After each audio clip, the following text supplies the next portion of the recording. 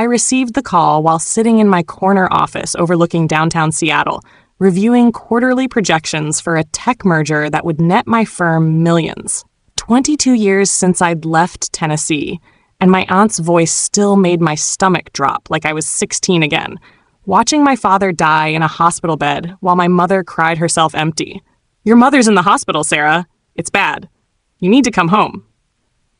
I almost said no, would have, if she hadn't added, "There's something about your father's estate you need to know. Something we just discovered. Gary doesn't know yet." Gary. Even hearing his name made my skin crawl.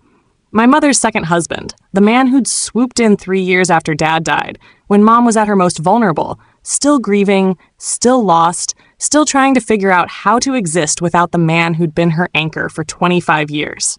The flight from SeaTac to Nashville took 5 hours. 5 hours to prepare myself for a town I'd sworn I'd never see again. As the plane descended, I could see the Cumberland River winding through the landscape like a snake, and somewhere down there, the house my father built with his own hands was probably falling apart under Gary's care. I'd kept tabs from afar, Google Street View showing me the slow deterioration, paint peeling, porch sagging, Dad's perfectly manicured lawn now just dirt and weeds. My name is Sarah Chen-Morrison. The Chen came from my mother's side. She was half Chinese, something that had made our life in small-town Tennessee complicated enough before my father died.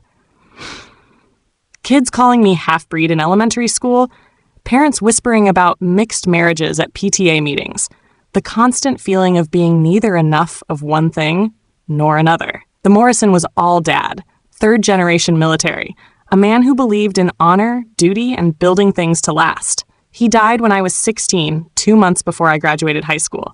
Cancer took him quick, but not before he made sure I understood one thing. Never let anyone take what's rightfully yours, baby girl.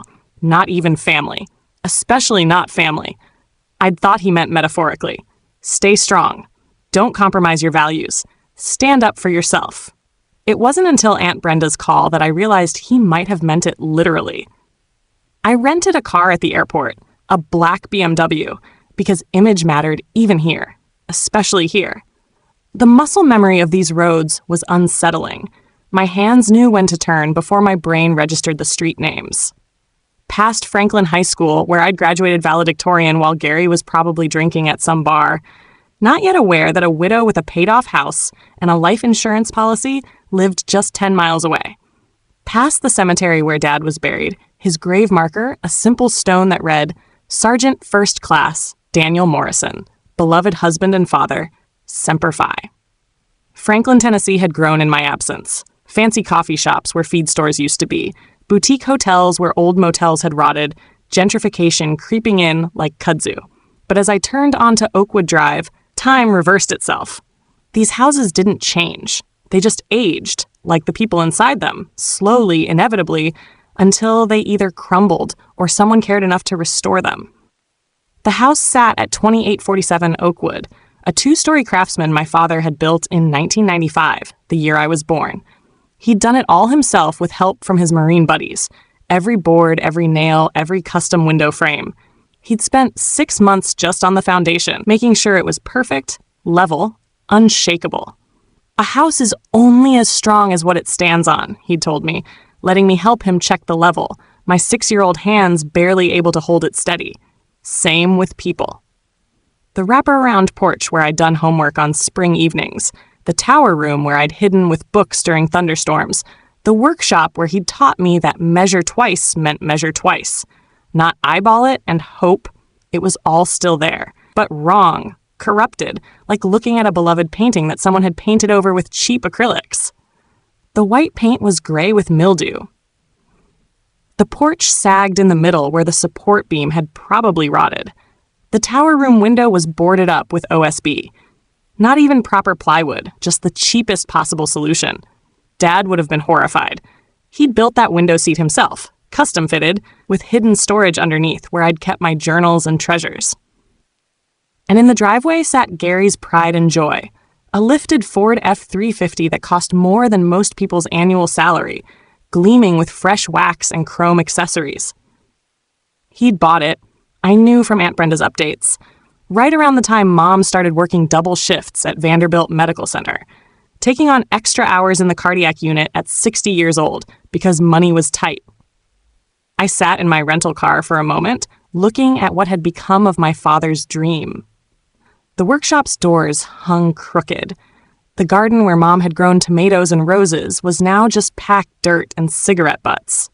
Even the mailbox, a copper piece Dad had crafted himself with our house number in raised brass, had been replaced with a cheap plastic thing from Home Depot, already cracking from the sun. Then I grabbed my briefcase, the one with more legal documents than clothes, and walked to the front door.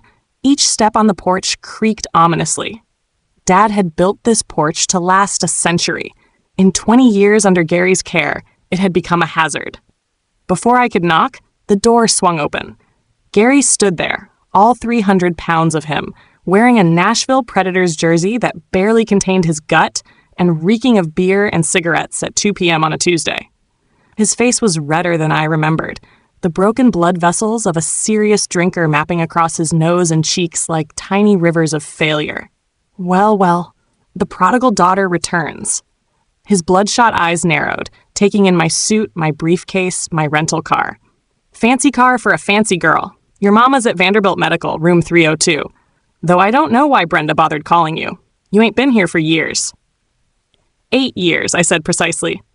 Not since Mom's birthday party where you got drunk and called me a slant-eyed bitch for asking you not to smoke in Dad's workshop. His face darkened. You always were too sensitive. Can't take a joke. Racial slurs aren't jokes, Gary, and I'm here to see my mother. Your mother? He laughed, phlegm rattling in his chest. You ain't been her daughter since you ran off to your fancy college. MIT, wasn't it? Then that bank job in Seattle? Left her here all alone to deal with life while you played big shot with the rich folks. Investment banking, I corrected, and I offered to move her to Seattle repeatedly. You're the one who convinced her to stay. This is her home. Our home. He emphasized the our, like it meant something, like it gave him power. She doesn't need to be running off to some liberal hellhole just because you can't be bothered to visit your own mother. I need to get some things from inside before I go to the hospital. Nothing in there belongs to you anymore, girl. This is my house now. Has been for 15 years. I smiled. The kind of smile I saved for hostile takeover meetings when the other side didn't know they'd already lost. Actually, Gary, that's what we need to discuss. But first, I'm going to see my mother. I turned to leave, and that's when he grabbed my arm. Hard enough to hurt, not hard enough to bruise visibly. He'd had practice, I realized with a sick feeling. He knew exactly how much force to apply to cause pain without leaving evidence. You come back here stirring up trouble, and you'll regret it. Your mama and I got a good thing going. Don't need you messing with it. I looked down at his hand on my arm, then up at his face. His fingers were yellow from nicotine, nails dirty, wedding ring cutting into swollen flesh. This was the hand that touched my mother. The thought made me nauseous. Gary, I'm recording this interaction on my phone. You have 3 seconds to let go before this becomes evidence. He released me, but his face went purple. Evidence? Evidence of what? A stepdad trying to talk sense into an ungrateful brat? Evidence of assault. Battery, technically, since you made contact. I straightened my suit jacket. I'm a banker, Gary. I document everything. Get the hell off my property. My father's property, I said quietly. But we'll discuss that later. As I walked to my car, I heard him shout after me, "It ain't his anymore! It ain't yours! Your mama gave it to me. It's mine." The drive to Vanderbilt was short, but gave me time to make calls. First, my assistant in Seattle. Marcus, I need you to expedite those document requests we discussed. Every record from Franklin County regarding 2847 Oakwood Drive. Every loan, every lien, every transfer of deed. Already done. Sending to your phone now. Sarah, some of these signatures don't look right. I know. Call Hampton, Chavez & Associates. Tell them I need a Tennessee property lawyer immediately. The best they have. On it. Anything else? Yes. Find out everything you can about Gary Hutchinson. Employment history, credit report, criminal record, everything. Legal methods only? Of course, but thorough. Very thorough. At the hospital, I found Mom in room 302, and the sight of her nearly broke my composure. She looked smaller than I remembered, shrunken, like something essential had been slowly drained away. The years hadn't been kind, but it was more than age. At 58, she looked 70. Her once thick black hair was gray and thinning, pulled back in a messy ponytail that exposed her scalp in places. Her hands, which used to paint watercolors with me on Sunday afternoons, were swollen with arthritis, an IV taped to one, the other lying limp on the hospital blanket. But it was her eyes that hurt most to see. Dull, defeated, like she'd given up years ago and was just going through the motions of living. And on her upper arm, visible where the hospital gown had shifted, was bruising that looked suspiciously like fingerprints. 4 distinct marks where someone had grabbed her, hard. "Sarah!" Her voice was barely a whisper. "You came." Of course I came. I sat beside her bed, taking her hand gently, noting how she flinched at the initial contact. "What happened, Mom?" "I fell. Down the stairs. Clumsy me." "Mom?" She looked away toward the window showing Nashville's skyline. "It was an accident. Gary was just trying to help me up." "Is that what the doctors think?" "The doctors think what I tell them." She closed her eyes. "Please don't make this harder than it needs to be." "Harder for who? You're in the hospital with a concussion, 3 broken ribs, and bruising consistent with domestic violence." Her eyes snapped open. "How do you—" "I asked at the nurses' station." Amazing what people will tell you when you say you're documenting for insurance purposes. I pulled out my phone, showing her the photos I'd already taken. "These bruises aren't from a fall, Mom." "You don't understand. He's going through a hard time. He lost his job at the warehouse 6 months ago. He's stressed about money. Is that why you're working double shifts at 60? We're partners. We help each other." "Where's his help? What does he contribute?"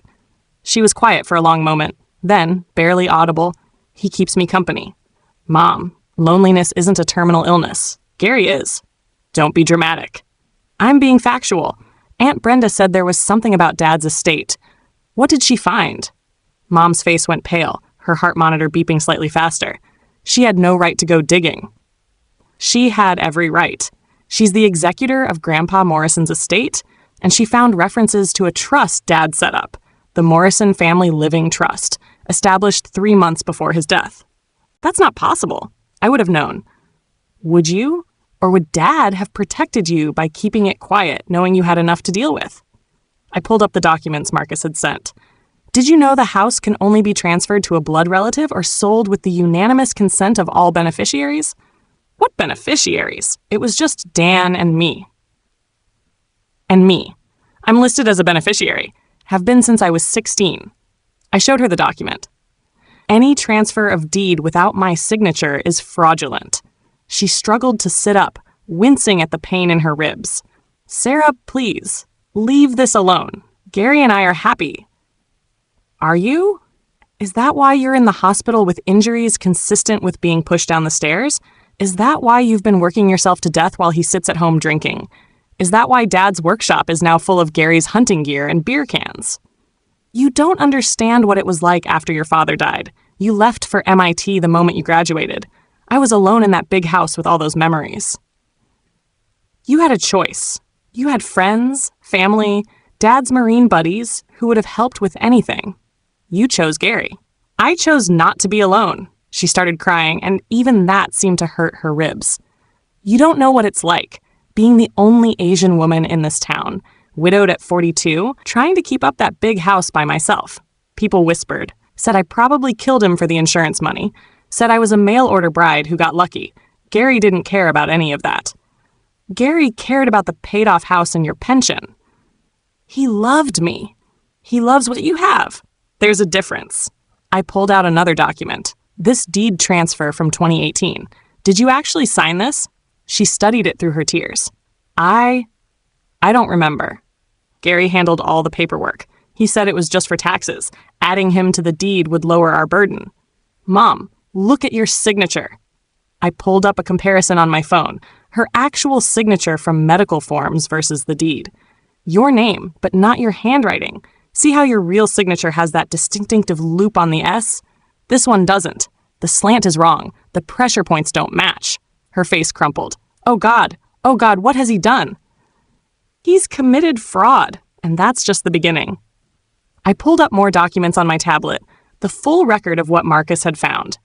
He's taken out 3 loans against the house, $45,000 total. He's been withdrawing from your retirement account, small amounts every month for 2 years. He's sold Dad's tools, his truck, his military memorabilia. His medals? Her voice broke. Everything.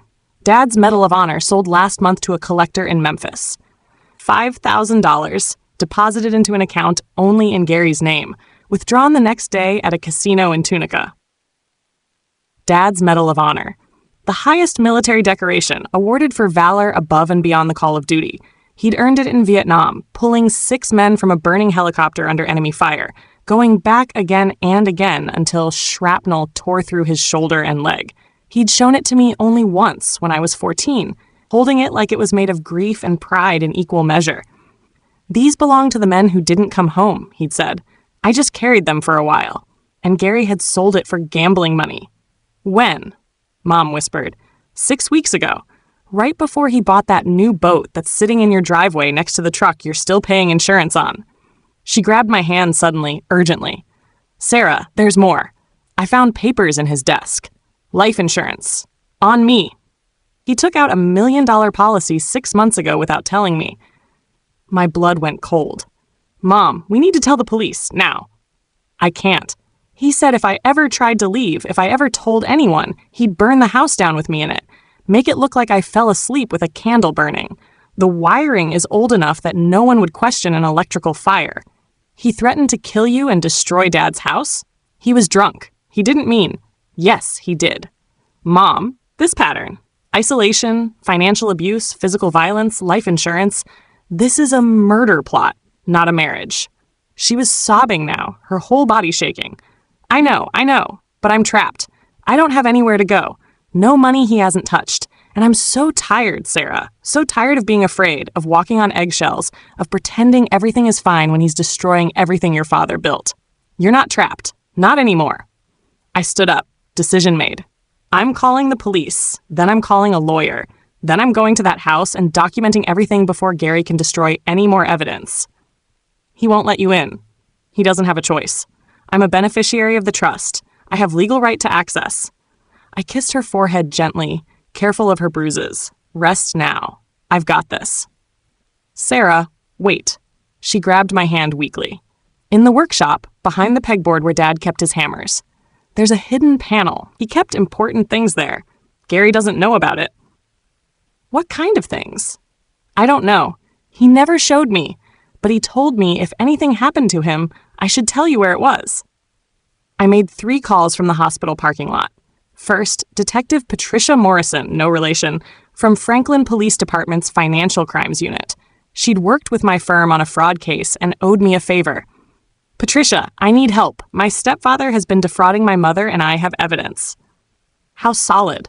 Forged signatures, fraudulent loans, stolen property over $50,000 in value, and a life insurance policy that looks like motive for attempted murder. Where are you now? Vanderbilt Medical. My mother's here with injuries consistent with domestic violence. I'll be there in 20 minutes with a domestic violence advocate. Don't go to the house alone. Second call was to Hampton, Chavez and Associates. Hampton himself took the call. Miss Chen-Morrison, I've reviewed the documents your assistant sent. The trust your father established is ironclad. Every transfer, every loan, every sale, it's all fraudulent. But we need to move fast before more assets disappear. How fast can you get an injunction? I can have emergency papers drawn up within the hour. Judge Williams is sympathetic to elder abuse cases. We can likely have a restraining order by end of day. Do it. Whatever it costs.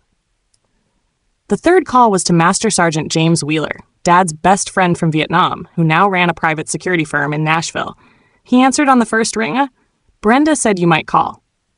Jim, I need help. Gary's been beating Mom and stealing Dad's legacy. That son of a bitch. I knew something was wrong when he stopped letting me visit. What do you need? Security at the house. I'm going there to document everything, but Gary's already grabbed me once today. He touched you? His voice went deadly quiet. Dan's daughter? It's documented, but I need to get into that house. You'll have a full team there in 30 minutes. And Sarah, I've got something for you, your dad's Medal of Honor. The collector who bought it contacted me, thought something was off about the sale. I bought it back yesterday. I had to sit down on the parking garage steps, overwhelmed. Jim, how much? Don't insult me by asking. Your father saved my life. This is the least I can do. Now go get that bastard. By the time I reached Oakwood Drive, 3 black SUVs were already parked outside the house. Jim's team, all ex-military, all professional, all wearing body cameras. Jim himself stood by the porch, still ramrod straight at 70, wearing his Marine's cap. Gary's inside, he reported. Drunk as a skunk, throwing things around. He knows something's up. Detective Morrison arrived with 2 patrol cars. Miss Chen-Morrison, we have a warrant to search for evidence of fraud and theft. The restraining order is processing. Let's go. Gary answered the door after repeated knocking, swaying on his feet, clutching a baseball bat. When he saw the police, the bat drooped. What the hell is this? Mr. Hutchinson, we have a warrant to search these premises for evidence of fraud and theft. Detective Morrison stepped forward. Put the bat down. This is my house! You can't! Actually, Hampton said, appearing with a folder of papers, it's not. The fraudulent deed transfer has been flagged. As of this moment, ownership reverts to the Morrison Family Trust pending investigation. Gary's face went from red to purple. That bitch, that lying little. He lunged toward me, but Jim's team intercepted him, efficiently restraining him as Detective Morrison read him his rights. Gary Hutchinson, you're under arrest for assault, fraud, forgery, and elder abuse. You have the right to remain silent. As they led him away, he screamed, This is my house! I earned it!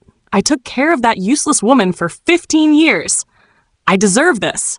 You deserve prison, I said quietly, and that's what you're going to get.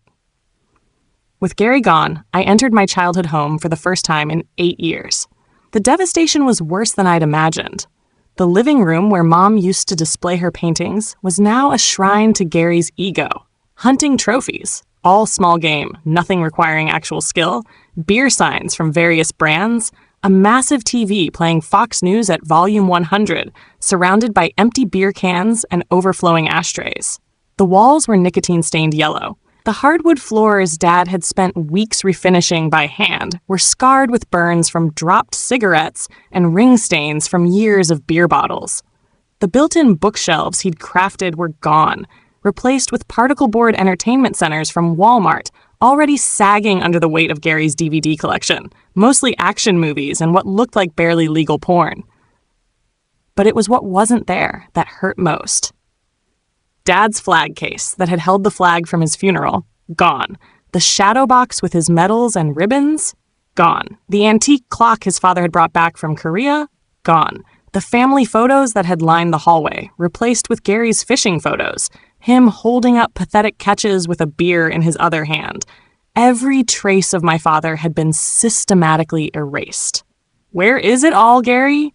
I asked the empty room, though I knew he couldn't hear me from the patrol car. In Dad's study, now Gary's man cave, I found the answer.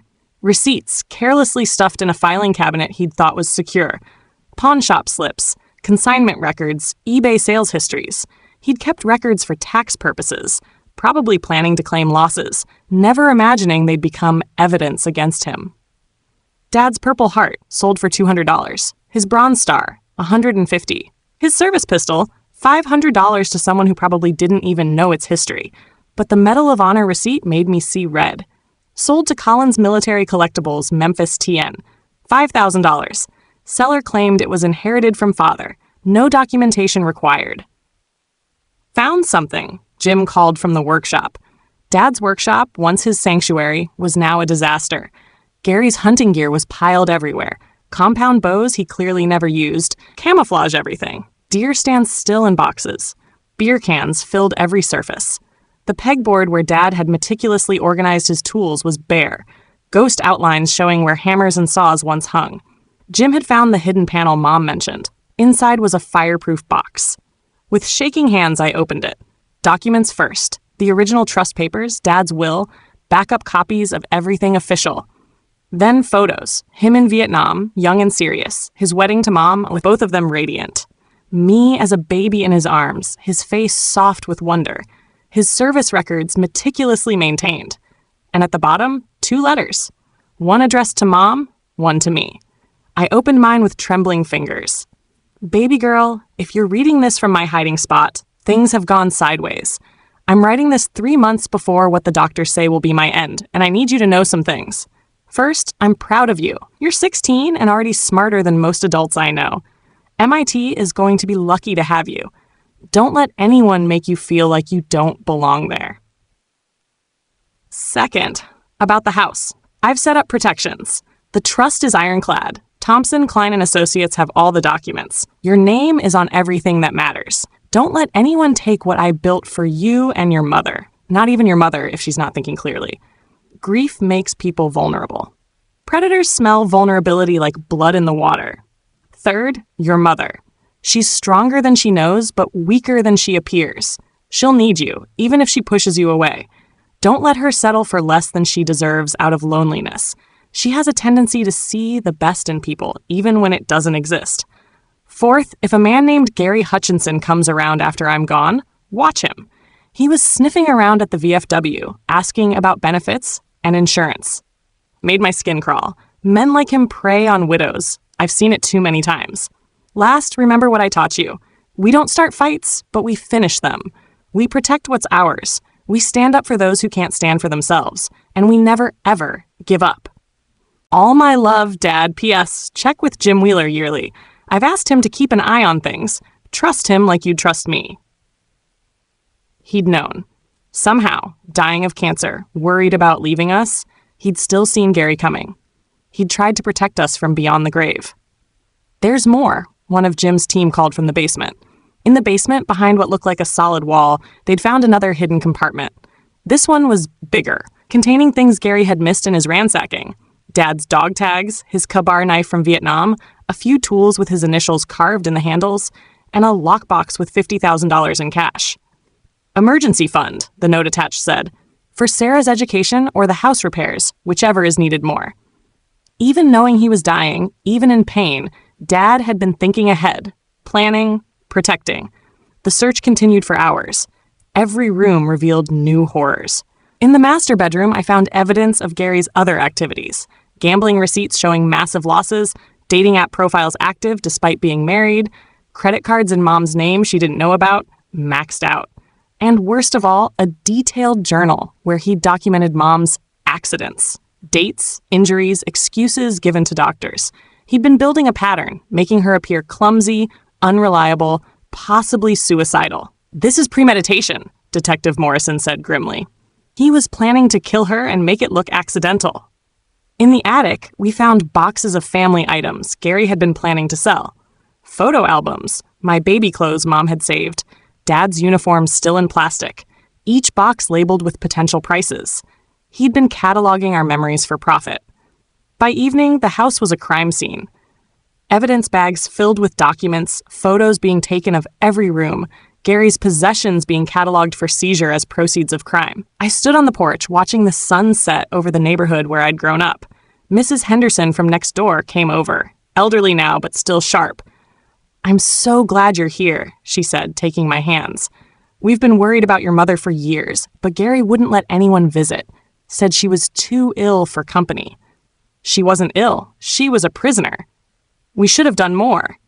You couldn't have known." But they had known, on some level.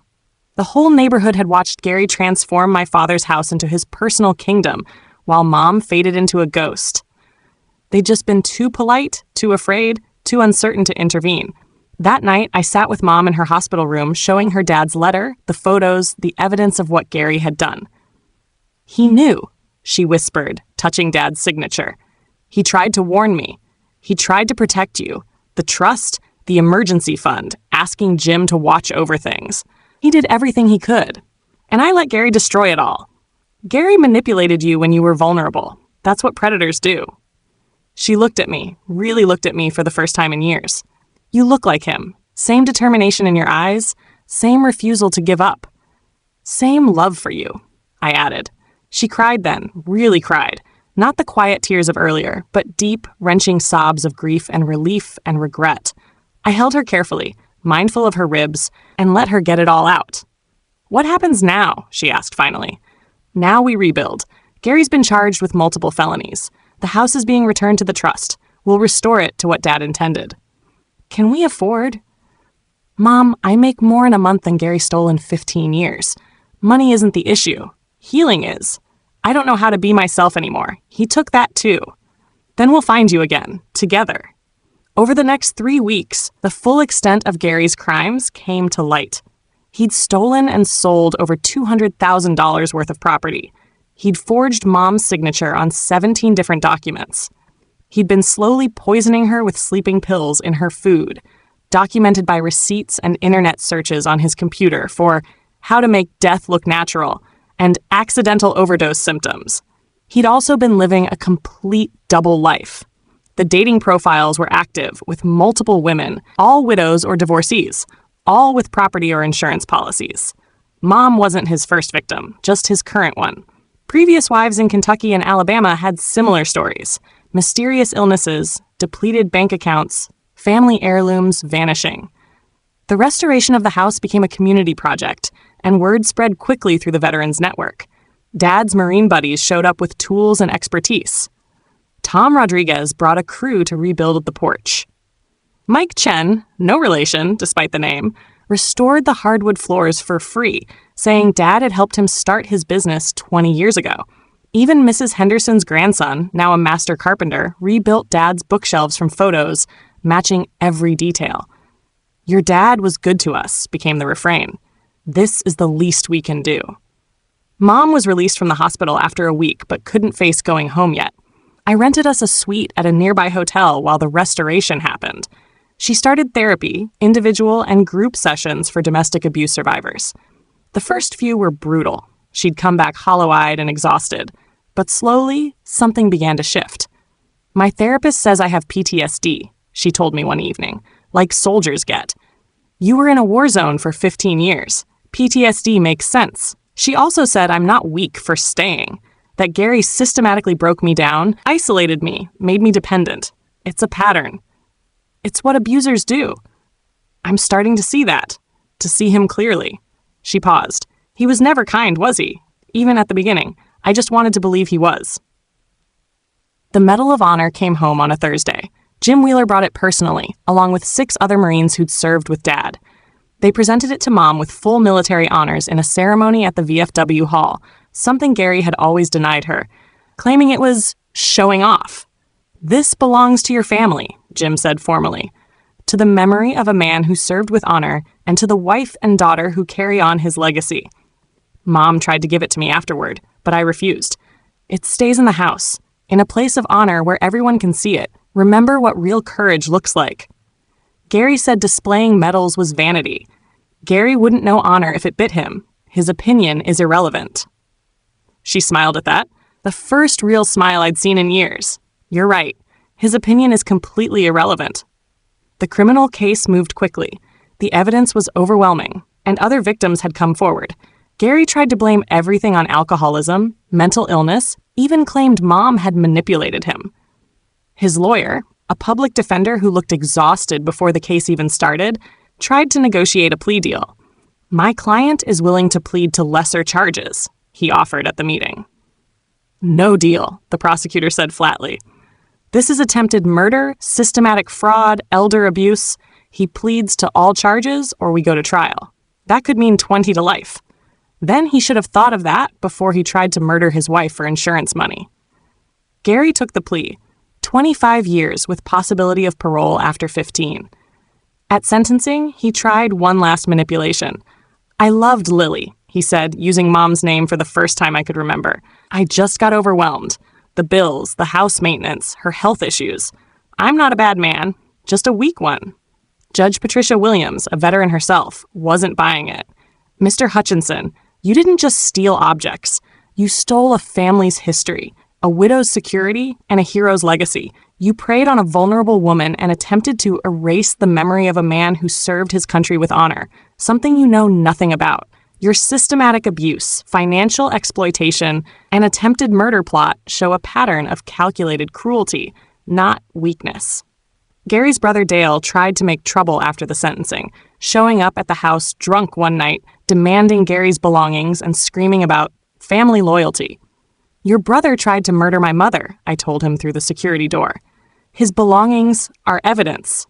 You vindictive bitch! You destroyed his life! He destroyed his own life. I just documented it. He tried to kick the door in. Jim's security team had him on the ground in seconds, zip-tied and waiting for police. He was arrested for attempted breaking and entering, public intoxication, and terroristic threatening. The apple didn't fall far from the tree, apparently. Mom watched from the hotel room window as they took Dale away. "They're all like that," she said quietly. "Gary's whole family. I should have seen it at the wedding. Just like they got drunk and made jokes about me being a mail-order bride, even though I was born in Memphis. Why didn't you tell me?" I was embarrassed. Thought if I was just nice enough, American enough, white enough in my behavior, they'd accept me. She laughed bitterly. 20 years of trying to fit into a family that saw me as Gary's exotic pet. The restoration took 2 months total. Every room was returned to its original glory, but better. Dad's workshop became a functioning space again, with his recovered tools mounted on new pegboards, each spot labeled with brass nameplates. The living room built-ins were recreated by a master craftsman who'd studied under the man who taught Dad woodworking. The floors were refinished to a mirror shine, revealing grain patterns that had been hidden under Gary's neglect and abuse. The tower room where I'd hidden as a child became Mom's art studio. We installed north-facing windows for perfect light, built-in storage for supplies, and a small sink for cleaning brushes. It was everything she'd dreamed of when Dad first built the house. "You should paint again," I told her the day we moved back in.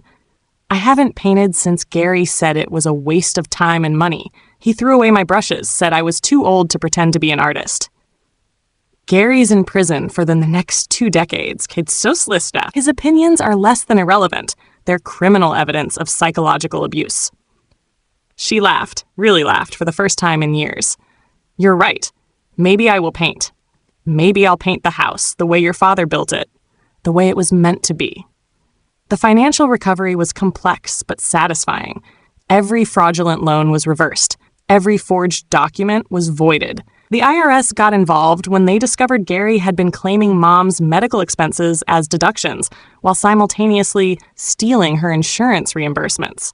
He owed over $75,000 in back taxes and penalties. His assets, the truck, the boat, the ATVs, were seized and auctioned.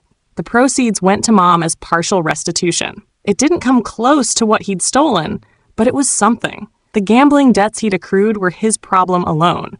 Almost $200,000 owed to various casinos and bookies. They couldn't touch Mom or the house thanks to the trust's protection. We found more of Dad's items through the Veterans Network. His Purple Heart turned up in a pawn shop in Jackson, Mississippi. His service rifle was located in an online auction, the seller not knowing its significance. Piece by piece, we brought Dad home. The most unexpected discovery came from a storage unit Gary had rented under a fake name. Inside were hundreds of items he'd stolen, not just from us, but from other victims. Jewelry, electronics, family heirlooms, even cars. He'd been running a theft ring for years, using his position as the husband or boyfriend of vulnerable women to clean out their estates. "This is interstate theft and fraud," Detective Morrison told me. "The FBI is taking over parts of the case. Gary's looking at federal charges on top of the state ones." "Good. Let him rot in federal prison, where his good old boy connections couldn't help him." Mom's recovery was slower but steady. The physical injuries healed within weeks, but the psychological damage took months of intensive therapy. She had nightmares, panic attacks when she heard trucks that sounded like Gary's Ford, flinched when men raised their voices. But she was fighting, really fighting, for the first time in years. "My therapist says I'm making remarkable progress," she told me 6 months later. She says having you here, seeing the house restored, it's given me an anchor to who I was before Gary. I'd extended my leave from the investment firm to a full year, working remotely when needed, but focusing on Mom's recovery and the legal aftermath. My bosses were surprisingly understanding. Turned out the managing partner's mother had been in a similar situation. "Take all the time you need," he'd said. "Family comes first. And Sarah? What you're doing takes more courage than any corporate takeover." We testified at the federal trial a year after I'd first come home. Gary looked different, thinner, grayer, the swagger beaten out of him by a year in custody. He tried to make eye contact with Mom, probably hoping to intimidate her one last time, but she stared straight ahead, dignified and untouchable. "Mrs. Chen-Morrison," the prosecutor began, "can you describe your marriage to the defendant?"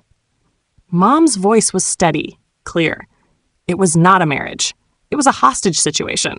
Gary Hutchinson systematically isolated me from family and friends, stole my deceased husband's military honors, drained my finances, and physically abused me while taking out life insurance policies in preparation for murdering me. "Objection!" Gary's new lawyer, a federal public defender, called out. "Overruled. Continue, Mrs. Chen-Morrison."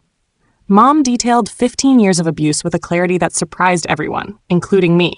The woman who'd been too scared to speak 6 months ago was gone, replaced by someone who'd found her voice again. He told me no one would believe a Chinese woman over a white man in Tennessee," she concluded. "He said I should be grateful he'd lowered himself to marry me. He was wrong on all counts." Gary was convicted on all federal charges. Combined with his state sentence, he wouldn't be eligible for parole until he was 85. If he lived that long. As we walked out of the federal courthouse in Nashville, Mom stopped on the steps and took a deep breath. "I feel like I can breathe for the first time in 15 years, she said. "You're free now. Really free. Thanks to you. Thanks to Dad. He protected us even after death. The trust, the emergency fund, the letters. He knew someone like Gary might come along. He knew I was vulnerable to it," she said quietly. "My need to be accepted, to not be alone. He tried to protect me from myself. And now you can protect yourself." That evening, we had dinner in the restored house with Jim Wheeler and some of Dad's other Marine friends. The Medal of Honor was displayed in a custom case in the living room, along with his other recovered medals and a photo of him in dress uniform. The house felt alive again, voices and laughter instead of Gary's drunken cursing and sports broadcasts. "Dan would be so proud," Jim said, raising his beer. "Both of you. You fought for what was his, what was right." "We fought for what was ours," I corrected. "This house, these memories, this legacy." Gary tried to steal more than objects. He tried to steal our identity as a family. "And failed," Mom added, raising her glass of wine, the first she'd had since leaving Gary, since she could drink without fear of being vulnerable. "He failed because we're stronger than he ever imagined." Later, after everyone left, Mom and I sat on the porch swing Dad had hung 25 years ago, now restored and reinforced. The night was warm, fireflies dancing in the garden Mom had replanted. "Are you going back to Seattle?" she asked. "Eventually, but not yet. I'm thinking of working from the Nashville office for a while, maybe a year or two. You don't have to babysit me." "I'm not. I'm choosing to spend time with my mother while we both heal. There's a difference." She leaned her head on my shoulder, something she hadn't done since I was a child. "I love you, Sarah. I'm sorry it took almost losing everything to say it properly." "I love you too, Mom. And Dad loved us both enough to make sure we'd find our way back to each other." A year later, the house was featured in Southern Living magazine as a restoration success story. They didn't mention the abuse or theft, just focused on the craftsmanship and dedication to preserving a veteran's legacy. Mom had painted a series of watercolors showing the restoration process, which were displayed at a local gallery. They sold out opening night, with proceeds going to a shelter for domestic abuse survivors. Gary tried to appeal from prison, claiming inadequate counsel and vindictive prosecution. The appeals court not only upheld the conviction, but added 2 years for frivolous litigation. His brother Dale had fled to Florida after serving 6 months in county jail. Good riddance to both of them.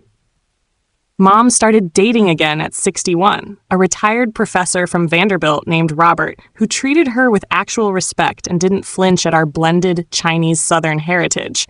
He was nothing like Gary, quiet, thoughtful, genuinely interested in Mom's art and opinions. He asked permission to court me, Mom told me, amused. Like it was 1950, said he wanted to do things properly, with respect for what I'd been through. What did you tell him? That I appreciated the thought, but I make my own decisions now. Then I asked him to dinner. I smiled. Dad would approve. You think? I think Dad would want you happy and safe. Robert seems to provide both. I gradually transitioned back to Seattle, but kept my promise to visit regularly. Every Thanksgiving, Christmas, and Dad's birthday, I came home. The house remained in the trust, protected from any future predators, with Mom having lifetime residency and me as the trustee. 5 years after Gary's conviction, I got a call from Detective Morrison. Gary had died in prison, heart attack, though inmates whispered about debts to the wrong people finally coming due. I felt nothing. He was simply a cautionary tale now, a reminder of what happens when evil meets prepared resistance. "Do you want to tell your mom?" Detective Morrison asked. "Yes. She deserves to hear it from me." Mom took the news quietly, then said, "I forgave him a year ago. Not for him, but for me. Holding that anger was like drinking poison, but I'm glad he can never hurt anyone else. He died alone and unmourned. That's justice." "No," she corrected. "Justice was your father protecting us. Justice was you coming home. Justice was us surviving and thriving. His death is just punctuation." 10 years after that first phone call from Aunt Brenda, I stood in the house with my own daughter, showing her the workshop where her grandfather had built beautiful things. "This is where he made the rocking chair in your nursery," I told her. "Every piece hand-carved, fitted without nails, just like they did 100 years ago." "Why didn't I get to meet him?" she asked, 5 years old and full of questions. "He died before you were born, but he left us this house, these tools, these memories. And most importantly," I picked her up so she could see the Medal of Honor in its case, "he left us the knowledge that we should never let anyone take what's rightfully ours." "Not even family?" she asked, remembering the simplified version of the story I'd told her. "Especially not family. Bad people sometimes pretend to be family to hurt us, but real family protects each other." Mom appeared in the doorway, now 71 and radiant, holding her latest painting, my daughter in the garden, surrounded by the flowers Mom and Robert tended together. "Grandma!" My daughter squirmed down and ran to her. Watching them together, I thought about cycles, how Gary had tried to break ours, how Dad had protected it even in death, how we'd fought to restore it. The house stood strong around us, every board a testament to resilience, every room a chapter in our survival story. My phone rang, the investigator I'd hired to track down the last of Dad's stolen items. "Miss Chen-Morrison? I found the footlocker, the one with his Vietnam gear. It's in an antique shop in Arkansas. The owner is willing to return it for shipping costs only." "Send me the details. I'll drive down this weekend." Another piece coming home. Another victory over those who tried to erase us. That night, I found Mom in the studio, working on a new painting. It was the house, but not as it was now.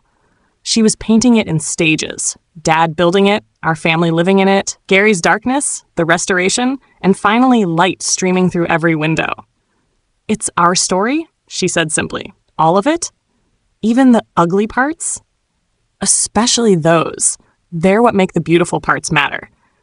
She was right. Without Gary's darkness, we might never have appreciated Dad's light. Without the theft, we might have forgotten the value of what we had. Without the fight, we might never have found our strength. The painting would eventually hang in the living room next to Dad's medals and photos. Visitors would ask about it, and we'd tell them the story. Not the sanitized Southern Living version, but the real one.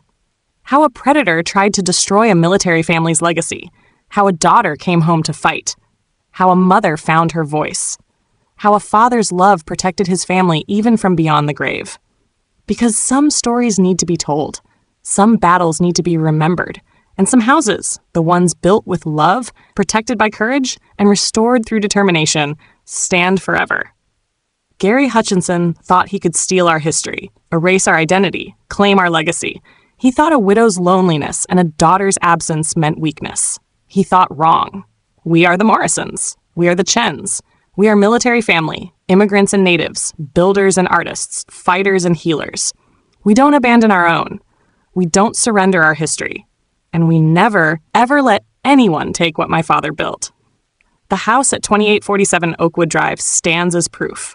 Every restored board, every recovered medal, every new painting on its walls declares the same truth. Love builds, courage protects, and family, real family, endures. Gary died in prison, unmourned and forgotten except as a cautionary tale. But Dad's legacy lives on in every life the domestic violence shelter saves with Mom's donated paintings of every veteran who visits to see the Medal of Honor display we created. Every young woman I mentor who needs to know she can fight back against those who would diminish her. That's the difference between taking and building, between destroying and creating, between Gary and Dad. One left nothing but ashes and debt. The other left a foundation so strong that even the worst predator couldn't destroy it. And that foundation stands still, waiting for my daughter and her children, protected by trust documents and family love, by veteran bonds and community support, by the knowledge that some things are worth fighting for and the courage to fight when it matters. This is our house. This is our story. This is our victory, and it always will be.